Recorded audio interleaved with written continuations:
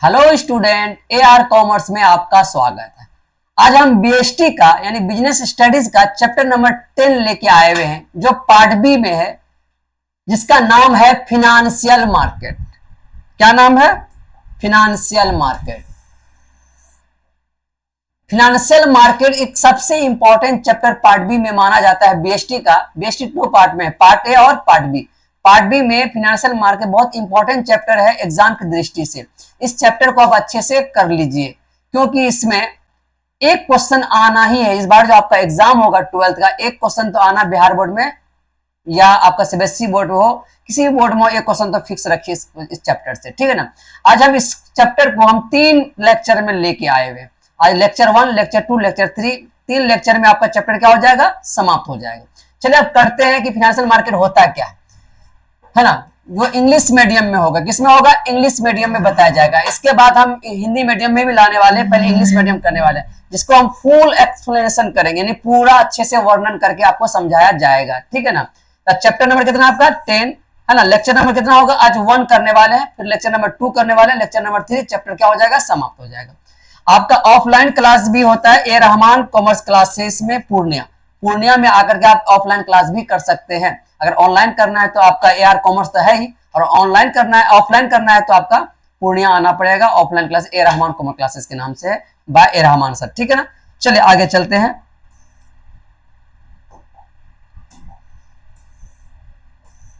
आइए, चैप्टर है आपका फिनेंशियल मार्केट। चैप्टर क्या आपका? फिनेंशियल मार्केट, जिसमें से पहला क्वेश्चन है मीनिंग ऑफ फिनेंशियल मार्केट। यानी आप चैप्टर, अगर आपके पास बुक है, बुक में देखिएगा तो क्या आता है? मीनिंग, फीचर्स, है ना, फंक्शन, यही सब पूछा जाता है। तो आपको पूरा क्वेश्चन को हम क्या करें, एक क्वेश्चन में बना दिया, यानी पूरा बुक को, एक्सप्लेनेशन को शॉर्ट टर्म में क्वेश्चन में आपको प्रेजेंट कर दिया गया, जिससे आपको एग्जाम में लिखने में क्या होगा? आसानी होगा। तो पहला क्वेश्चन पूछा जाएगा, बहुत इंपॉर्टेंट क्वेश्चन है ये। पूछा जाता है कि फिनेंशियल मार्केट क्या है? फिनेंशियल मार्केट क्या है? तो आसान भाषा में समझते हैं कि फाइनेंशियल मार्केट होता है क्या। कह रहा a market place where buyer and seller create हो, एक्सचेंज हो फाइनेंशियल सिक्योरिटीज और asset such as share, debenture, bond, currencies etc. It is called financial market. कहने का मतलब है फाइनेंशियल मार्केट मीन्स ऐसा प्लेस जहां परचेज और सेल्स होता है। जहां क्या होता है? परचेज और सेल्स होता है। किसका? फाइनेंशियल सिक्योरिटीज का, फाइनेंशियल एसेट का। ये फाइनेंशियल सिक्योरिटीज और एसेट क्या होता है? इसका होता है शेयर, डिबेंचर, बॉन्ड्स, करेंसी। इसी को हम बोलते हैं फाइनेंशियल सिक्योरिटीज। जहां फाइनेंशियल सिक्योरिटीज का लेन देन होता है शेयर के तौर पर, डिबेंचर के तौर पर, बॉन्ड पर, इसी को हम बोलते हैं फाइनेंशियल मार्केट। क्या बच्चे समझ में आए? कितना आसान डेफिनेशन है। ए मार्केट प्लेस, ऐसा मार्केट प्लेस जहां क्या होता है? बायर और सेलर क्या करता है? सेल करता है, परचेज करता है। किसका? फाइनेंशियल सिक्योरिटीज का। फाइनेंशियल सिक्योरिटी जैसे शेयर के तौर पर, डिबेंचर के तौर पर, बॉन्ड के तौर पर, currencies. It is called financial market. समझे? थोड़ा सा और हम बढ़ा देते हैं डेफिनेशन को। Financial market is a link करता है, याद रखिएगा, लिंक करता है। किसका लिंक करता है? बिटवीन सेवर एंड ब्रोवर के बीच। यानी सेवर का मतलब जिसके पास पैसा पड़ा हुआ है, ब्रोवर का मतलब ऐसे व्यक्ति जिनको पैसे की जरूरत होता है। यानी वो फाइनेंशियल मार्केट एक दूसरे को जोड़ता है कि आओ तुमके पास पैसा जमा हमको दो, हम इन्वेस्ट करेंगे, तुमको हम ब्याज देंगे, या तुमको हम क्या करें, इनकम देंगे, है ना, या प्रॉफिट में हिस्सा देंगे। ये दोनों को जोड़ता है। कौन जोड़ता है? ये फाइनेंशियल मार्केट जोड़ता है। किसके किसके बीच? फाइनेंशियल मार्केट लिंक करता है between saver and borrower. It is common platform which link the saver and borrower के लिए, है ना। It act as link between surplus and deficit unit के लिए। यहाँ पे सरप्लस और डिफिसिट भी देखा जाता है कि आपको प्रॉफिट हो रहा है, लॉस हो रहा है। ये सब आपको कौन बताएगा? फाइनेंशियल मार्केट बताया। क्या बच्चे समझ में आया? यस या नो? इतना सिंपल डेफिनेशन है, आप लिखोगे तो इसी को अपने भाषा में लिख देना। तब चले अगला क्वेश्चन। अगला क्वेश्चन कहता है फंक्शन ऑफ फाइनेंशियल मार्केट। यानी फाइनेंशियल मार्केट का क्या क्या फंक्शन है, क्या क्या कार्य होता है फाइनेंशियल मार्केट का, उसी के बारे में आज जानने वाले। चलिए देखें। पहला, ध्यान से देखिएगा, पहला कह रहा है आपका mobilisation of saving them into the most productive uses. यानी पहला काम कह रहा है कि अपने सेविंग को अच्छे जगह यूज करवाया जाता है, किसके द्वारा? फाइनेंशियल मार्केट के द्वारा। पहला कार्य अपने सेविंग जो रखे हैं उसको अच्छे से मोबिलाइज करवा दिया जाता है, अच्छे जगह इन्वेस्ट करवाया जाता है, अच्छे प्रोडक्ट में इन्वेस्ट किया जाता है। तो ये काम कौन करता है? Financial market. दूसरा, हेल्प करता है deciding the price various financial securities. आपके बहुत सारे शेयर डिवेंचर होगा ना, उसका हेल्प करता है प्राइस को तय करने में, कहां इन्वेस्ट करना चाहिए, किस तरह से इन्वेस्ट करना चाहिए। ये आपका हेल्प कौन करेगा? वो फाइनेंशियल मार्केट करेगा। दूसरा फंक्शन ये हो गया। तीसरा फंक्शन कहता है प्रोवाइड लिक्विडिटी और टू फाइनेंशियल एसेट्स, यानी फाइनेंशियल एसेट का आपका लिक्विडिटी बनाए रखता है, यानी ट्रांसपेरेंट बनाए रखता है। आप अच्छे से देख सकते हो कहां मेरा पैसा लगा, कितना लगा, मेरा ऐसे अभी एसेट कितना है, क्या है, ये सब आप अच्छे से इसमें आपको देख सकते हैं। ये आपको कौन प्रोवाइड करेगा? फाइनेंशियल मार्केट का, ये इसका काम है। ठीक है ना। तो चलिए एक और है था, reduce the cost of transaction as information regarding price. Price के रिगार्डिंग में आपका जो लागत होता है वो कम करता है। कौन कम करेगा? फाइनेंशियल मार्केट आपको अच्छी जगह इन्वेस्ट करने से आपका लागत को क्या करता है? कम करवाता है ना। इसके बाद कहता है availability and cost of various securities are easily available, यानी आपका अलग अलग तरह का कॉस्ट और सिक्योरिटीज आराम से इजिली अवेलेबल करा देता है। कौन कराएगा? ये फाइनेंशियल मार्केट कराएगा। क्या बच्चे समझ में आया? कितना इजी डेफिनेशन है, डेफिनेशन और कितना इजी आपका फंक्शन है। कितना फंक्शन बताया? 4। ये काफी हो गया आपके लिए। ठीक है ना। तो आगे चले आप, चलिए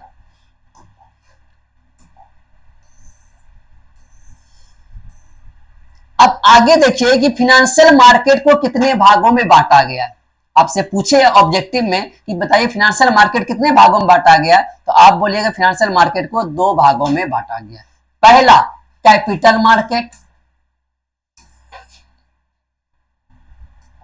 पहला कैपिटल मार्केट और दूसरा मनी मार्केट। पहला कौन मार्केट? कैपिटल मार्केट, और दूसरा क्या होता है? Money market. ठीक है ना।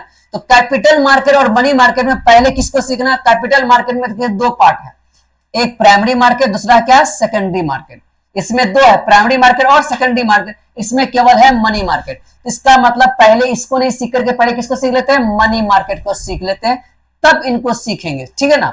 चलिए, तो मनी मार्केट से यहां पे लिखा हुआ है meaning of money market, its features, यानी मनी मार्केट क्या है और इसका फीचर्स क्या है, आप इसके बारे में सीखने वाले हैं। ठीक है ना। तो चलिए मनी मार्केट कहता है generally money market which use as source of working capital. क्या? सोर्स ऑफ वर्किंग, यानी वर्किंग कैपिटल का एक सोर्स है, यानी शॉर्ट टर्म के लिए होता है। मनी मार्केट क्या होता है? शॉर्ट टर्म फंड होता है, यानी 1 साल से कम अवधि के लिए होता है। इसीलिए generally money market which use as source of working capital के लिए ज्यादा यूज किया जाता है।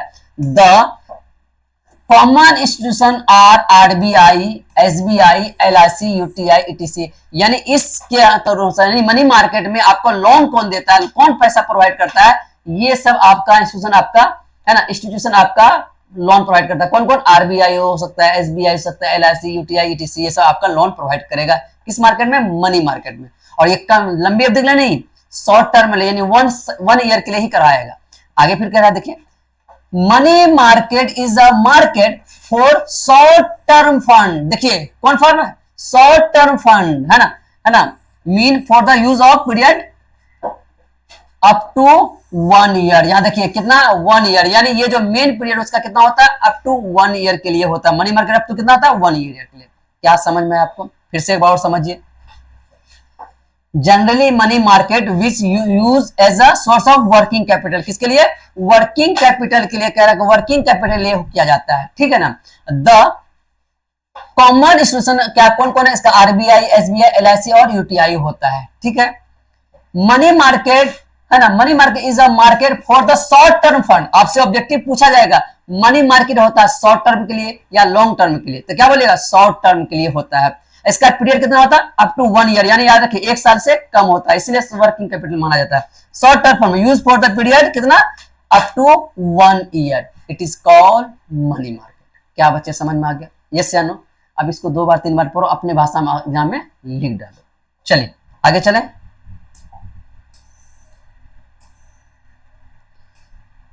आप जानते हैं इसका फीचर्स क्या होता है? इसका फीचर्स क्या क्या है? चल देखते हैं। Money market for the short term fund up to the 1 year. है मनी मार्केट इसका for the short term fund के लिए होता है, जो अप टू कितना होता है 1 ईयर के लिए होता है। कितना ईयर के लिए 1 ईयर के। पहला विशेषता, विशेषता भी कहां से निकाला जाता है, डेफिनेशन से ही विशेषता निकाला जाता है। अगर आपको अच्छे से डेफिनेशन याद है, मीनिंग याद है, तो मीनिंग से ही विशेषता निकलता है। याद रखिए बच्चे, जब भी आपका फीचर्स पूछे तो डेफिनेशन और मीनिंग अगर याद है तो मीनिंग से ही आप फीचर्स निकाल सकते हो। वही कह रहा है market for the short term fund up to कितना ईयर 1 ईयर, इसका पीरियड 1 ईयर होता है और शॉर्ट टर्म होता है। दूसरा, नो फिक्स ज्योग्राफिकल लोकेशन, इसका कोई ज्योग्राफिकल लोकेशन फिक्स नहीं कर रहा है, यहीं से आपका हर काम होगा, नहीं, कहीं से भी हो सकता है, इसका कोई फिक्स ज्योग्राफिकल लोकेशन नहीं दिया गया। दूसरा, major institution involved money market are RBI, CP, LIC. CP का मतलब कमर्शियल बैंक, ये सब इसका जनरली इंस्टीट्यूशन है मनी मार्केट में लोन लेने के लिए। एसबीआई, ये सब आपका मनी मार्केट का इंस्टीट्यूशन माना जाता है। और लास्ट में, common instrument of money market are call money या ट्रेजरी बिल, सीपी को माना जाता है। कॉमन, ये सब कॉमन है, इससे आप ले सकते हैं, आराम से लोन ले सकते हैं, शॉर्ट टर्म के लिए लोन ले सकते हैं। ये कॉमन इंस्टीट्यूशन है, अब इससे आप इंस्ट्रूमेंट है, अब इससे लोन ले सकते हैं। क्या समझ में आ गया, मीनिंग भी बता दिया गया, फीचर्स भी समझा दिया गया, किन्हीं को दिक्कत। चलिए बच्चे आगे चलते हैं। इंस्ट्रूमेंट्स ऑफ मनी मार्केट, याद करिएगा क्या लिखा हुआ, instrument of money market. Exam में कभी कभी 5 नंबर का पूछ लेगा, क्या instrument of money market, money market में कौन कौन इंस्ट्रूमेंट है, तो आप हमें वर्णन करके बताइए। जनरली तो बहुत सारा, लेकिन मेन जो आपका 5 इंस्ट्रूमेंट है जो आपको मनी मार्केट में अक्सर आपको एग्जाम में 5 नंबर या पूछे तो 5 नंबर का आप इसमें लिख सकते हो, या 2 नंबर या पूछेगा तो इसमें से कोई एक पूछेगा, या तो पूछेगा कॉल मनी क्या है, what is call money, what is commercial paper, what is certificate of deposit, यानी ये इस तरह से पूछेगा तो 2-2 नंबर का पूछेगा। अगर 5 नंबर या पूछेगा तो पूछेगा इंस्ट्रूमेंट ऑफ मनी मार्केट, तो आपको 5 को क्या करना, लिख देना, किसी को दिक्कत। तो चलिए, flowing instrument of money market are, नीचे में फ्लोइंग इंस्ट्रूमेंट दिया हुआ। पहला देखिए तो कॉल मनी, पहला क्या दिया हुआ, कॉल मनी है आपका, है ना। क्या करा, when one bank borrow money from the another bank to maintain CRR, यानी कहता है कि एक बैंक दूसरे बैंक को जब लोन देता है और अपना सीआरआर को मेंटेन करके रखता है, इसी को हम बोलते हैं क्या, कॉल मनी। अब बोलते हैं सीआरआर क्या होता है, सीआरआर का मतलब होता है आरबीआई का, हर बैंक को आप अपने आरबीआई के पास कुछ कैश को रिजर्व करके रखना पड़ता है, मेंटेन करके रखना पड़ता है। अगर वो मेंटेन नहीं करता तो इसका मतलब सीआरआर मेंटेन नहीं, कैश रिजर्व रेशियो मेंटेन नहीं कर रहा है। कहां पे रखना पड़ता है, आरबीआई के पास कुछ पैसे कैश में जमा करवाना पड़ता है, इसी को हम बोलते हैं सीआरआर। क्या बोले, when one bank borrow money from another bank to maintain CRR, यानी CRR को मेंटेन करने के लिए एक बैंक दूसरे बैंक से क्या करता है, हाँ लोन लिया जाता है या लोन दिया जाता है, इसी को हम क्या बोलते हैं, कॉल मनी। मैच्योरिटी जो पीरियड होता है सिंगल डे से लेकर 4 नाइट, यानी एक दिन के लेकर रात, मतलब आधी रात तक आपका मैच्योरिटी पीरियड इसका हो सकता है, ठीक है ना। इसका मैच्योरिटी पीरियड कितना होता है, 1 डे या 4 नाइट, यानी रात, आधी रात तक आपका इसका मैच्योरिटी पीरियड हो सकता है। Interest is paid, call money is called rate, है ना, कॉल्ड रेट के अनुसार इसका इंटरेस्ट में कॉल जो रेट तय किया जाता है उसके अनुसार इसका इंटरेस्ट पे कर दिया जाता है। क्या ये समझ में आ गया। 2 नंबरिया पूछे तो इतना काफी है आपके लिए, 5 नंबरिया पूछेगा तो हर पॉइंट को आपको 5 पॉइंट है तो 5 को लिखना पड़ेगा। क्या कॉल मनी समझ में आ गया, है ना। एक बैंक दूसरे बैंक को लोन देता है, किसके लिए, सीआरआर को मेंटेन करने के लिए, है ना। तो इसका मैच्योरिटी पीरियड क्या था, सिंगल डे, यानी एक दिन से लेकर आधी रात तक हो सकता है। इंटरेस्ट पेड, है ना, कॉल मनी क्या करता है, कॉल रेट से जो कॉल रेट तय किया था उसके अनुसार कर दिया जाता है। क्या सिंपल, आसान भाषा में आपको समझा देते हैं, ठीक है ना। आगे चलते हैं, अगला क्या रहा है, कॉमर्शियल पेपर। अगला क्या आपका, कॉमर्शियल पेपर क्या है। आपको 2 नंबर पूछेगा था मीनिंग ऑफ कॉमर्शियल पेपर, तो 2 नंबर है तो इतना ही लिख देना, ठीक है ना। तो क्या होता है कॉमर्शियल, देखिए, it is an unsecure promissory note issued by the public या प्राइवेट सेक्टर।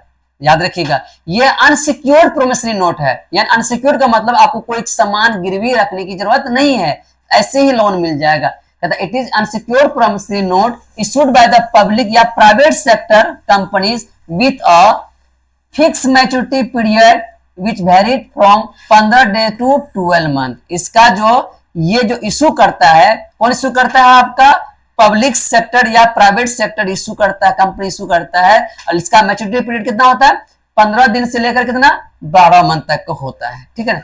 है, this is known as bridge finance, इसको ब्रिज फिनांस के नाम से जाना जाता है। आपको पूछेगा व्हाट इज ब्रिज फिनांस, आप आपको कॉमर्शियल पेपर को लिख दोगे, ब्रिज फिनांस कहलाएगा। किन्हीं को दिक्कत आपको, है ना। अनसिक्योर प्रोमिसरी नोट है, बिना गिरवी वाले लोन हो दिया जाता है, किसके द्वारा किया जाता है ना, इशूड बाय पब्लिक या प्राइवेट सेक्टर के द्वारा। इसका मैच्योरिटी पीरियड कितना होता है, 15 दिन से लेकर कितना 15 दिन से लेकर 12 मंथ तक होता है। क्या बच्चे यहां तक समझ में आया, क्या समझ में आ गया आपको? चलिए आगे चलें।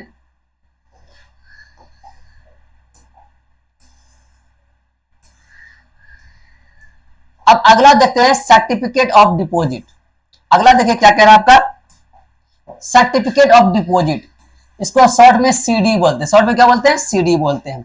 चलिए तीसरा इंस्ट्रूमेंट हम पढ़ने वाले हैं, सर्टिफिकेट ऑफ डिपॉजिट। क्या कहता है सर्टिफिकेट ऑफ डिपॉजिट, आराम समझते हैं। CD issued by the bank against the deposit keep by the company और इंस्टीट्यूशन, यानी सीडी इशूड करता है बैंक, किसके अगेंस्ट में, है ना, कंपनीज के या इंस्टीट्यूशन के अगेंस्ट में इशू किया जाता है। The time period of CD range of 91 days to 1 year, याद रखिए 1 ईयर। इसका ये टाइम पीरियड होता है, मैच्योरिटी पीरियड जो होता है 91 डेज से 1 ईयर के बीच होता है ना, सर्टिफिकेट ऑफ डिपॉजिट। ठीक है ना, आगे देखिए certificate of deposit of the minimum amount up to 25 lakh, इसमें अप टू मिनिमम जो आपको अगर सर्टिफिकेट डिपॉजिट से लोन लेना है तो कितना हो सकता है आपको, अप टू 25 लाख तक आप ले सकते हैं। मिनिमम, मैक्सिमम हो सकता है और ज्यादा, लेकिन मिनिमम आपको 25 लाख तक मिल सकता है। ठीक है ना, it is called certificate of deposit. क्या समझ में आया, certificate of deposit issued by bank, किसके अगेंस्ट में होता है, कंपनी या इंस्टीट्यूशन के अगेंस्ट। टाइम पीरियड कितना होता है इसका सीडी का, 91 डेज से 1 ईयर होता है ना। क्या समझ में आया आपको यहां तक? चलिए आगे चलते हैं। कितना तक मिनिमम दे सकता है, 25 लाख तक दे सकता है। अगला है ट्रेजरी बिल, बहुत अच्छा क्वेश्चन है। ट्रेजरी बिल क्या होता है देखते हैं। देखिए आसान भाषा से, it is issued by the RBI behalf of government of India, ये जो इशू किया जाता है आरबीआई के द्वारा, है ना, इशूड बाय आरबीआई, किसके बिहाफ में, गवर्नमेंट ऑफ इंडिया, अपने जो सरकार है, सरकार के बिहाफ में इशू किया जाता है आरबीआई के द्वारा। From promissory note safe instrument, इसको सेफ इंस्ट्रूमेंट माना जाता है। सोल एट डिस्काउंट या रिडीम एट 91 डे, 182 या 364 डे, ये सोल्ड कर सकते हैं डिस्काउंट पे या रिडीम पे, जिसका मैच्योरिटी पीरियड आप 91 डे ले सकते हैं, 182 डी भी हो सकता है या 364 डे। ये ऑब्जेक्टिव में आपसे पूछ सकता है, याद रखिएगा। ठीक है ना, ये also called zero coupon bond, इसको जीरो कूपन बॉन्ड भी कह सकते हैं, जो 1917 में लागू किया गया था। अब मिनिमम रिक्वायरमेंट अमाउंट इसका कितना है, 25,000 मिनिमम ले सकते हैं। कितना, 25,000 हो सकता है। क्या समझ में आपको, कितना इजी है। It is issued by RBI, किसके बिहाफ में, गवर्नमेंट ऑफ इंडिया के बिहाफ में, है ना। From the promissory note, one note है ना, सेव इंस्ट्रूमेंट, ये सेव इंस्ट्रूमेंट माना जाता है आपको। ये डिस्काउंट एंड रिडीम किया जाता है 91 डे के लिए, 182 दिन के लिए, 1364 यानी, है ना, 364 डे के लिए। Also called zero coupon bond भी कहा जाता है। कब हुआ था लागू, 1917 में, है ना। मिनिमम रिक्वायरमेंट कितना हो सकता है, ये आपका 25,000 हो सकता है। क्या समझ में आ गया? चलिए इसके बाद आगे चलते हैं। चौथा पॉइंट, 5वां पॉइंट, ये लास्ट आपको बताने वाले हैं आज, है ना, कॉमर्शियल बिल। क्या है आपका लास्ट में, कॉमर्शियल बिल। कॉमर्शियल बिल क्या है, दोनों पूछा तो इतना ही लिखना है, और पहले पूछेगा तो ज्यादा भी लिख दोगे। ठीक है ना, तो चलिए देखते हैं। ट्रेड बिल और accommodation bill are bill drawn by the one business, याद रखिए, ड्रॉन बाय द कौन, एक बिजनेसमैन फॉर्म ऑन अनदर के लिए, यानी ये जो एक बिल ऐसा बिल है, अकोमोडेशन बिल है, जो एक बिजनेसमैन दूसरे बिजनेसमैन के लिए लिखा जाता है। कमर्शियल बिल एक बिजनेसमैन के लिए, एक बिजनेसमैन दूसरे बिजनेसमैन जब लिखते हैं, ऐसे बिल को हम कौन बिल कहते हैं, कमर्शियल बिल कहते हैं। और आगे देखिए क्या करा, this are common instrument use for credit purchase और सेल के लिए, ये एक ऐसा इंस्ट्रूमेंट बनाया गया है कमर्शियल बिल को, ये क्रेडिट परचेज और सेल में अक्सर काम आ जाता है। किसमें, जब सेल करते हैं, पैसा नहीं है, चलो एक तो कमर्शियल बिल लिख देता है, दे देता है कि इसको रख लो, काम हो गया। उसको भी करना तो उसको किसी को दूसरे बिजनेसमैन को वही फिर लिख करके देता, हो जाता है। ऐसे बिल को हम कौन बिल कहते हैं, कमर्शियल बिल। पैसा नहीं, यानी कमर्शियल बिल में ट्रांजैक्शन हो जाता है, यानी उसी का लेन देन में आपका काम हो जाता है। ठीक है ना, आगे कह रहा है, it is short term instrument generally issued, है ना, for the period of 90 days, ये शॉर्ट टर्म इंस्ट्रूमेंट है, याद रखिएगा। जनरली इशू कितना कहता है, 90 डेज के लिए किया जाता है ना। इसी को हम क्या बोलते हैं, कमर्शियल बिल कहते हैं। क्या बच्चे समझ में आया? तो आज की क्लास आपका यही क्लोज करते हैं। हाँ, कम कम समय में बनाएंगे तो आपको समझ में भी जल्दी आएगा, आप ध्यान से पढ़िएगा भी। अब ये जो हम बता रहे हैं ना, इस चैप्टर को जितना क्वेश्चन हम बता, अगर अच्छे से पढ़ लो तो समझो कि आपका 12 का बेड़ा पार है, समझे। इससे आगे और एग्जाम में नहीं पूछने वाला, ठीक है ना। आप इनको अच्छे से समझ करके उतार लीजिएगा, कॉपी में नोट कर लीजिएगा। नेक्स्ट लेक्चर में हम आगे बताने वाले हैं,